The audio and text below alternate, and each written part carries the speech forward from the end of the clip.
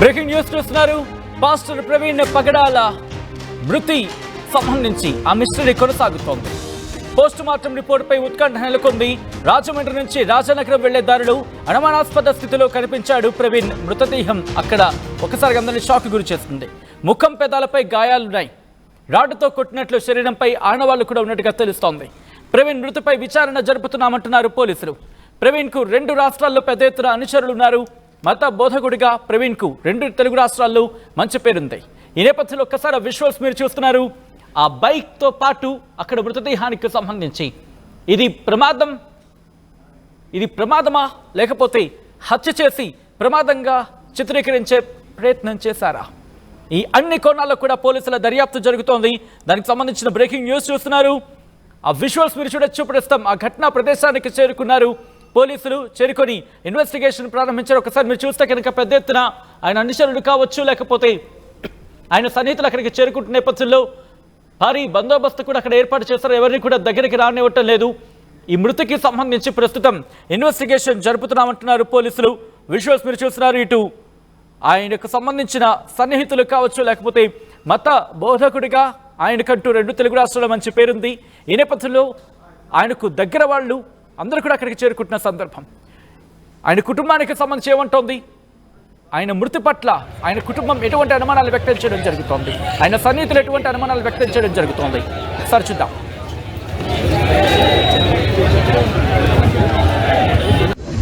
మాకు డౌట్ ఉంది సార్.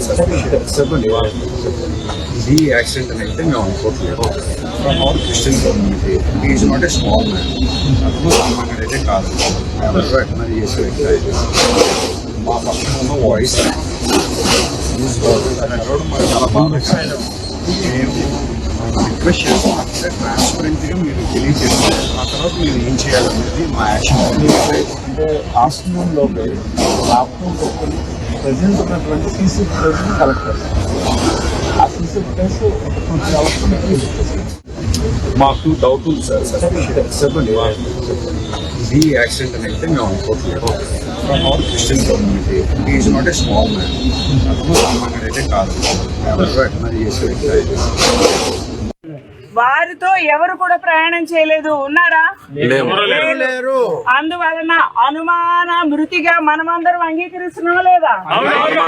అనుమాన మృతి అందువలన దీనిని రెస్పెక్టెడ్ పోలీస్ డిపార్ట్మెంట్ వారు తగిన చర్యలు లీగల్ గా తీసుకొని సత్వరమే దానికి సంబంధించిన ఇంక్వెస్ట్ శవ పంచాయతీలు జరిగించి ఆ యొక్క స్పాట్ లో ఏం జరిగిందో కూడా ఖచ్చితంగా నిర్ధారణ చేసుకొని తగిన సమయంలో ఇంక్వెస్ట్ కంప్లీట్ చేసి పోస్ట్ మార్టము నేను ఇప్పుడు సుప్రీంకోర్టు నుంచి వస్తుండగా ప్రవీణ్ పగడాల అనే పాస్టర్ గారిని విజయవాడ నుంచి వెళ్తుండగా రాజమండ్రి ఆ దారిలో ఈరోజు ఉదయం 3:30 గంటలకు చంపేసి యాక్సిడెంట్గా చిత్రీకరిస్తున్నారని కొంతమంది దైవజనులు నాకు వీడియోలు పంపించి రిక్వెస్ట్ చేశారు. ఇది ఇమీడియట్గా ఇన్వెస్టిగేట్ చేయమని. ఏపీ డీజీపీ అలాగే హోమ్ మినిస్టర్ని, అక్కడ ఉన్న సూపరింటెండెంట్ ఆఫ్ పోలీస్, డిఎస్పీ, సిఐఎస్ఐల్ని నేను రిక్వెస్ట్ చేస్తున్నాను, డిమాండ్ చేస్తున్నాను.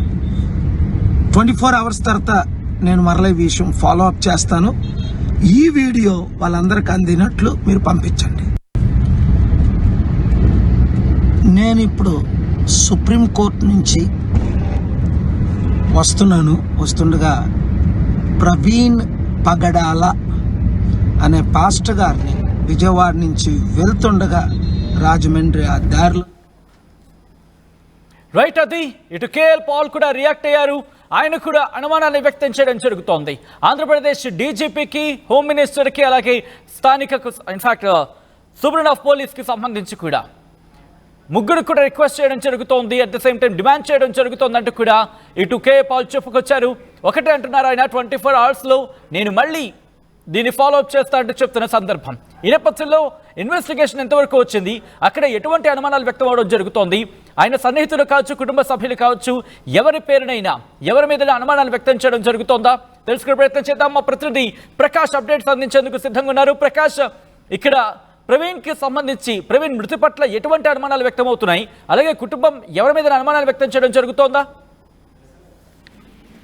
సచిన్, ఈ యొక్క పాస్టర్ ప్రవీణ్ పగడాలపై అయితే ఇంకా మిస్టరీ వీడలేదు. అతను డెత్ మిస్టరీ అయితే ఇంకా వివాదాస్పదంగానే ఉందని చెప్పాలి. రాజమండ్రి ప్రభుత్వాసుపత్రి వద్ద భారీగా పాస్టర్లు అయితే చేరుకున్న నేపథ్యంలోనే ఇంకా ఇక్కడ ఉధృత వాతావరణం అయితే నెలకొందని చెప్పాలి. ఎందుకంటే ఉదయం యాక్సిడెంట్ జరిగిందని ఒక్కసారిగా తెలిసిన నేపథ్యంలోనే ఇది ప్రమాదం కాదు, జరిగినటువంటి హత్య అంటూ వీళ్ళంతా కూడా ఒక్కసారిగా ఆరోపణలు అయితే చేస్తున్నారు. ఈ నేపథ్యంలోనే భారీ ఎత్తున ఉమ్మడి తూర్పుగోదావరి జిల్లా సంబంధించినటువంటి పాస్టర్ల సంఘాలందరూ కూడా ఇప్పటికే ప్రభుత్వాసుపత్రికి మధ్యాహ్నం నుంచి కూడా ఆందోళన చేస్తున్నటువంటి పరిస్థితి ఉంది. ఒక పక్కన ఈ యొక్క ప్రవీణ్ సంబంధించినటువంటి పోస్ట్ మార్టం రాజమండ్రి ప్రభుత్వ ఆసుపత్రిలోనే ఇంకా ఉంది. పోస్ట్ మార్టం అయితే ఇంకా చేయలేదు. బాడీని అక్కడే ఉంచినటువంటి పరిస్థితి ఉంది. అంటే హైదరాబాద్ నుంచి కుటుంబ సభ్యులందరూ కూడా రావాలి. ఈ నేపథ్యంలోనే అక్కడ ప్రతి ఒక్కరు కూడా వస్తున్నారు. మధ్యాహ్నం నుంచి కూడా మాజీ ఎంపీ హర్ష కుమార్ తో పాటు అలాగే మహాసేన రాజేష్ కూడా ఈ యొక్క హాస్పిటల్ వద్ద చేరుకుని పాస్టర్లతో పాటు ఈ యొక్క ఆందోళనలో పాల్గొన్నటువంటి పరిస్థితి ఉంది. అదే ఈ విధంగా జరగడం చాలా దురదృష్టకరం. నిజంగా ఇది ప్రమాదమా లేదంటే ఏదన్నా హత్యగా జరిగిందా అనేది కూడా వాళ్ళ అనుమానాలు రేకెత్తుతున్న నేపథ్యంలో దీనిపై అయితే లోతైన విచారణ దర్యాప్తు అయితే చేపట్టాలంటూ పక్కన ఉవ్వెత్తున అయితే వీళ్ళందరూ కూడా కోరుతున్నటువంటి పరిస్థితి ఉంది. మరో పక్కన ఈ యొక్క ప్రమాదం అంటే తెల్లవారుజామున 3 గంటల ప్రాంతంలో ఇది జరిగి ఉంటుంది. కానీ ఈ 11 గంటల ప్రాంతంలో తెలిసినటువంటి పరిస్థితి ఉంది. కానీ ఇది నిజంగా ఆయన ఆ ప్రమాదం జరిగి ఉంటే ఈ విధంగా మృతదేహం వద్ద తన ఒంటిపై గాయాలు ఉండవు, ముఖం పైన తీవ్రమైనటువంటి కొట్టినట్టుగా గాయాలు ఉండవంటూ వీళ్ళంతా కూడా ఆరోపణలు చేస్తున్నారు. దీనిపై పోస్ట్ మార్టం రిపోర్ట్ లో అయితే పూర్తి వివరాలు అయితే తెలియాల్సిన పరిస్థితి ఎంతైనా ఉంది. మరో పక్కన చూసుకుంటే ఆయన ప్రముఖ ఏదైతే క్రిస్టియన్ సంబంధించినటువంటి ప్రధాన ఛానల్లో కూడా ఈయన ఎన్నో డిబేట్లో పాల్గొన్నారు. ఆ డిబేట్ల సమయంలో కూడా ఇక ముఖ్యమైన ఎవరైతే ఆ క్రిస్టియానిటీకి ఎవరైనా వ్యతిరేకంగా మాట్లాడితే అతని డిబేట్ లో తీవ్రంగా ఖండించడం, దానికి ధీటుగా సమాధానం ఇచ్చడం, ఇటువంటి ప్రశ్నలు చాలా ఆయన స్పందించిన నేపథ్యంలోనే దాని నేపథ్యంలో కొంతమందితో విభేదాలు అయితే తలెత్తాయి. అలాగే పోస్టింగ్ కూడా గతంలో ఇతను నాకు కూడా ప్రాణహాని ఉందంటూ గతంలో కూడా పలు రకాల పోస్టింగ్లు కూడా చేసినట్టుగా కూడా పాస్టర్లు అయితే తెలియపరుస్తున్నారు. ఈ నేపథ్యంలోనే గతం నుంచి కూడా ఇతనికి ఈ విధమైనటువంటి శ్రద్ధ ఉందనేది కూడా చెప్పిన నేపథ్యంలోనే ఆయన ఒంటరిగా ఎందుకు వచ్చారు, ఎందుకు ఇక్కడ బుల్లెట్ తో ప్రయాణం ఎలా చేశారు అనేది కూడా తెలియని పరిస్థితితో ఉంది. అంటే ప్రధానంగా అతను రాజమండ్రి పరిసర ప్రాంతాల్లో ఒక బైబిల్ మిషన్ ఏర్పాటు చేయాలని, దానికోసమే ఇక్కడ స్థలం అన్వేషణ కోసం ఆయన వచ్చినట్టుగా ఆయన వస్తున్నట్టుగా గతంలో వారు ఆ యొక్క ప్రాంతాల్లో తిరిగినట్టుగా కూడా చెప్పుకొస్తున్నారు. కానీ విజయవాడలో ఆయన నిన్న బయలుదేరి రాజమండ్రి వచ్చిన ఆయన ఏదైతే ఇక్కడ రాజమండ్రి రాజానగరం సమీపంలో ఉన్నటువంటి ఈ యొక్క బ్రిడ్జి ఏదైతే ఫోర్త్ బ్రిడ్జ్ సమీపంలోనే ఈ యొక్క అక్కడ జరిగినటువంటి ప్రమాదంలో అదే మృత్యువాత పడినట్టుగా అందరూ కూడా చెప్పుకొస్తున్నారు.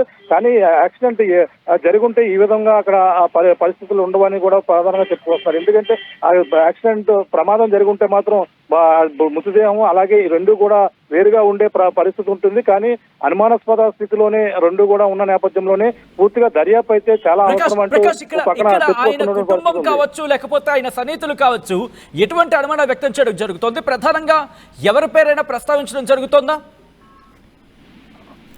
అంటే కొందరితో అంటే గతంలో ఆయన ఏదైతే డిబేట్ చేసిన సమయంలోనే అండ్ విభేదాలు అంటే కొంతమంది ఆర్ఎస్ఎస్ నేతలతో కావచ్చు, అలాగే కొంతమంది బీజేపీ నేతలతో కావచ్చు, కొంతమంది పార్టీకి అంటే ఈ యొక్క క్రిస్టియానిటీకి వ్యతిరేకంగా ఉన్నటువంటి కొంతమంది వీళ్ళతో డిబేట్ లో పాల్గొన్న సందర్భాల్లో విభేదాలు అయితే ఈయనకైతే ఉన్నాయనేది కూడా చెప్పుకొస్తున్నారు. అదే విషయాన్ని కూడా ఆయన పెట్టడం జరిగింది. కుటుంబ సభ్యులు కూడా ఇదే విషయాన్ని లేవనెత్తుతున్నారు. అలా కొన్ని రోజుల క్రితం వారం రోజుల క్రితం కూడా నాకు ప్రాణహాని ఉందనేది కూడా ఆయన చెప్పడం జరిగింది.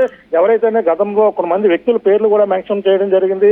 వాళ్ళైతే కేవలం ఆరోపణలు మాత్రమే, వాళ్ళపై కొంతమంది పేర్లు మెన్షన్ చేస్తున్నారు. కానీ ఆరోపణలు మాత్రమే, కానీ దానిపై కూడా విచారణ చేయవలసి ఉంది. కానీ ఈ విషయంపై గతంలో విభేదాలు జరిగినప్పటికీ దీనిపై ఇరువురు మధ్య కూడా ఒకరికొకరు మాట్లాడుకుని దీన్ని స్వేచ్ఛ వారు వాతావరణంలో వాళ్ళంతా కూడా మాట్లాడుకుని ఒకరికొకరు క్షమాపణ చెప్పుకున్నటువంటి పరిస్థితులు అయితే గతంలో ఉన్నాయని కూడా చెప్పుకొస్తున్నారు. కానీ వాళ్ళు ఇతను క్షమించినప్పటికీ పోలీసులకి అయితే ఎటువంటి ఫిర్యాదు కూడా ఇవ్వలేదు.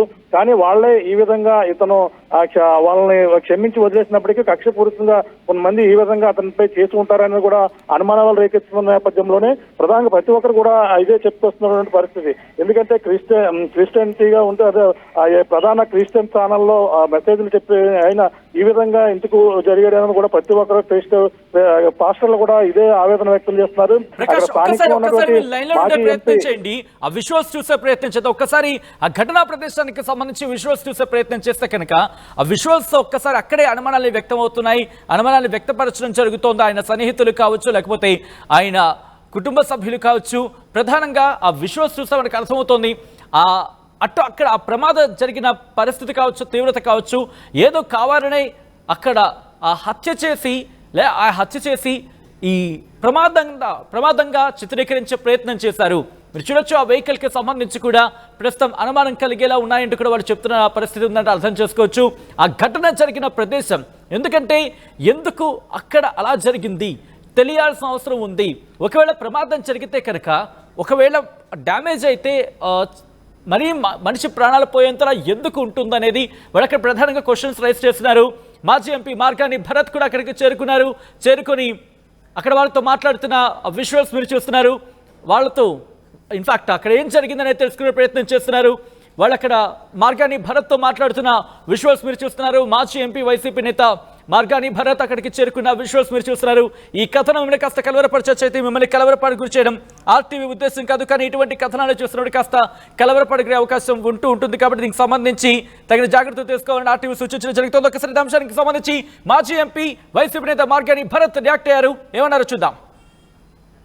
ఈ రోజున పాస్టర్ పగడాల ప్రవీణ్ కుమార్ గారి పైన మరి ఆయన అనుమానాస్పదమైన మృతి అటు విజయవాడ నుంచి వస్తుండగా ఇక్కడ వెస్ట్ గోదావరి కొంతమూరు ప్రాంతంలో మరి ఘటన జరిగింది.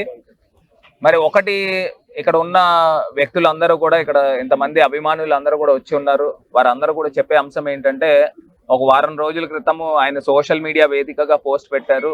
నాకు ప్రాణహాని ఉంది, నన్ను చంపుతారని బెదిరిస్తున్నారని చెప్పేసి ఆయన చెప్పిన సందర్భాలు మరి ఇక్కడ ఉన్న వాళ్ళందరూ కూడా చెప్తా ఉన్నారు. ఒక అంశం అయితే క్లియర్, ఇవాళ పోలీస్ డిపార్ట్మెంట్ కూడా డిమాండ్ చేస్తూ ఉన్నాము. పూర్తి స్థాయిగా నిజాలు ఏంటనేది బయటికి తీసుకురావాలి. పూర్తి స్థాయి ఎంక్వైరీ చేయాలి. ఎంక్వైరీ చేసిన తర్వాత ఈ ఘటన ఎలా జరిగింది, ఈ ఘటనకి పాల్పడిన వారు ఎవరు, ప్రేరేపించిన వారు ఎవరు, ఇవన్నీ కూడా పూర్తి స్థాయిగా ఎంక్వైరీ చేసి బయటికి తీసుకురావాల్సిన అవసరం కూడా ఉందని ఈ సందర్భంగా డిమాండ్ చేస్తూ ఉన్నాము.